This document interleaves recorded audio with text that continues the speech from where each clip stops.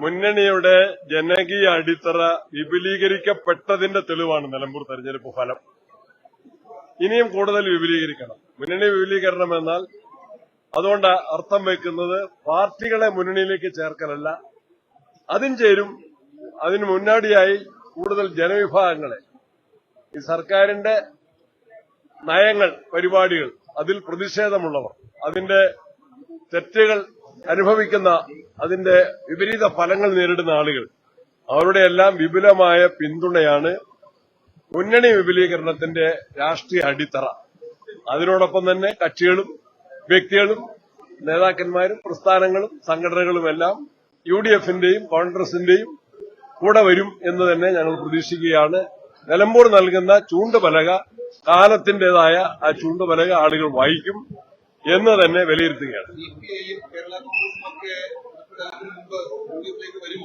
അതൊക്കെ അവര് നിശ്ചയിക്കേണ്ട കാര്യങ്ങളാണ്. ഞങ്ങള് വളരെ നേരത്തെ ഇത്തരം കാര്യങ്ങളിലേക്ക് പോകുന്നില്ല. അതൊക്കെ അതാത് പാർട്ടികൾ ആലോചിക്കേണ്ട കാര്യം. നല്ല ആഗ്രഹം തന്നെ.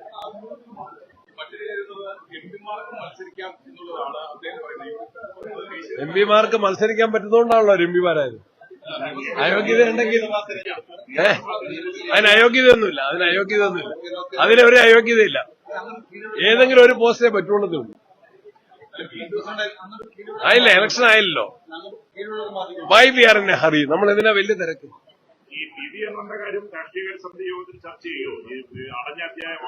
രാഷ്ട്രീയ കാര്യങ്ങൾ, രാഷ്ട്രീയ പ്രാധാന്യമുള്ള വിഷയങ്ങൾ സമയപരിധിക്കകത്തുനിന്നുകൊണ്ട് രാഷ്ട്രീയ കാര്യ സമിതിയിൽ ചർച്ച ചെയ്യും. We will discuss.